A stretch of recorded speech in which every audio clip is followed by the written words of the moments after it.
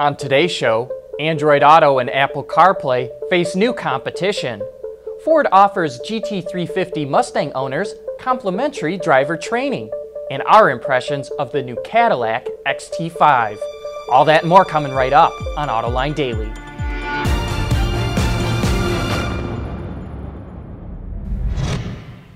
This is Autoline Daily for March 9 of 2016.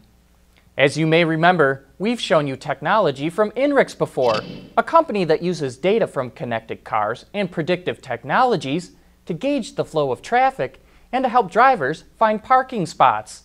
Now the company is looking to challenge Google and Apple with the acquisition of OpenCar and its in-car app platform. Unlike Android Auto and Apple CarPlay, OpenCar's system allows automakers to collect data from cars themselves, instead of having Apple or Google collect it. It is also more customizable, which allows automakers to create unique looks across different models and brands for their infotainment systems. Chrysler revealed the fuel economy numbers for the all-new Pacifica minivan. It gets 18 mpg in the city and 28 on the highway, which is good for a combined 22 miles per gallon. The Pacifica is powered by a 3.6-liter Pentastar V6 that's mated to a 9-speed automatic transmission. Stop-start technology will be added later.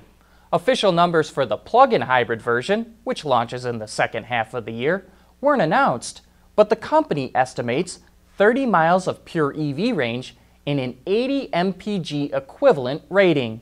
Another quick note about the Pacifica: select models will wear Bridgestone's all-season Turanza tires. Look for the new Pacifica in dealer showrooms later this spring. A month ago, we reported how the EPA snuck in a proposal for a new regulation that would prohibit anyone from converting a production car into a race car, as well as make it illegal to produce certain parts for use on those vehicles. But now 5 U.S. House representatives are looking to protect racing enthusiasts with the Recognizing the Protection of Motorsports Act, or funny enough, the RPM Act.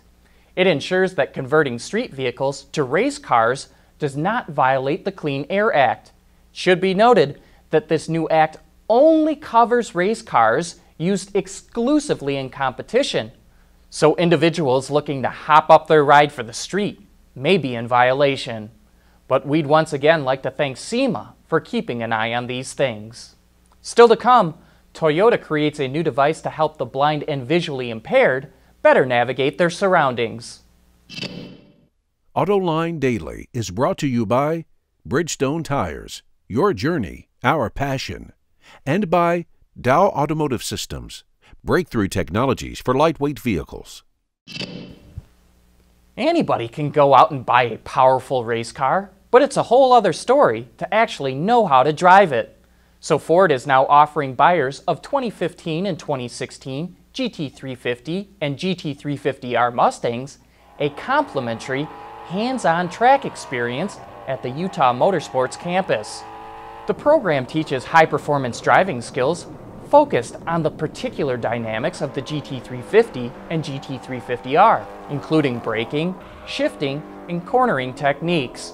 Cars will be provided, but participants will be responsible for airfare and lodging. You know, one of the benefits of mobility is it allows disabled people much more freedom. Transportation will play a large role in that, but Toyota is using its technical know-how to help the blind and visually impaired outside of the vehicle. The company has developed a new device to give those people more information about their surroundings.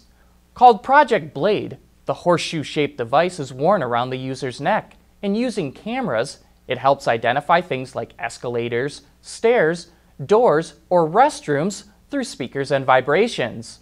In the future, mapping, object identification, and facial recognition features will be added.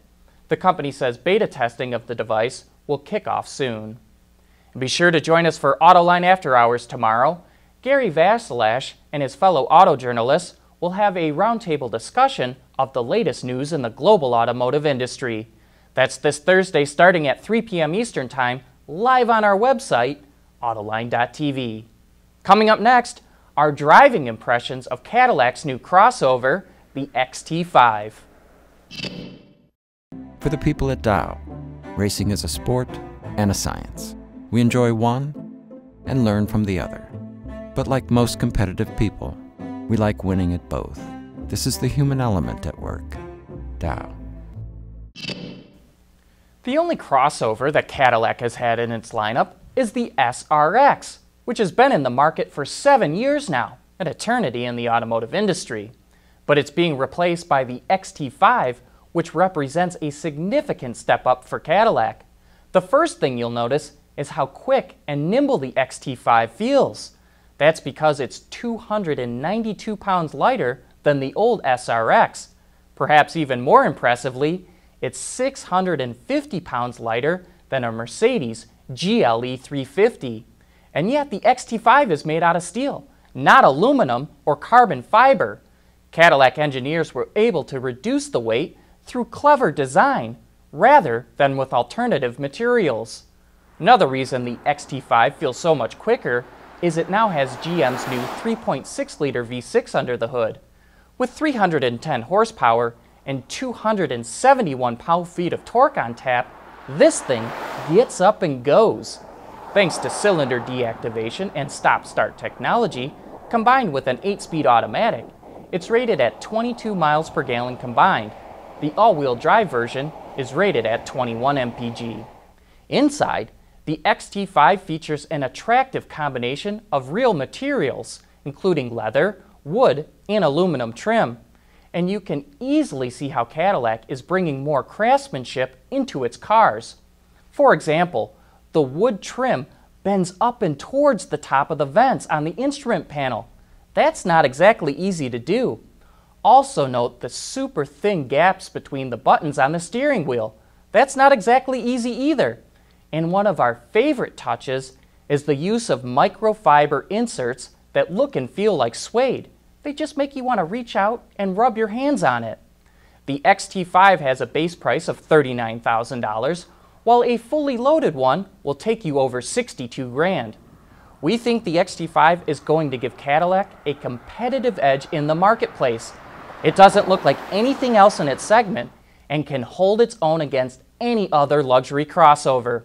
In fact, this could be the vehicle that gives Cadillac the volume it needs to claw its way back into the top ranks amongst luxury brands.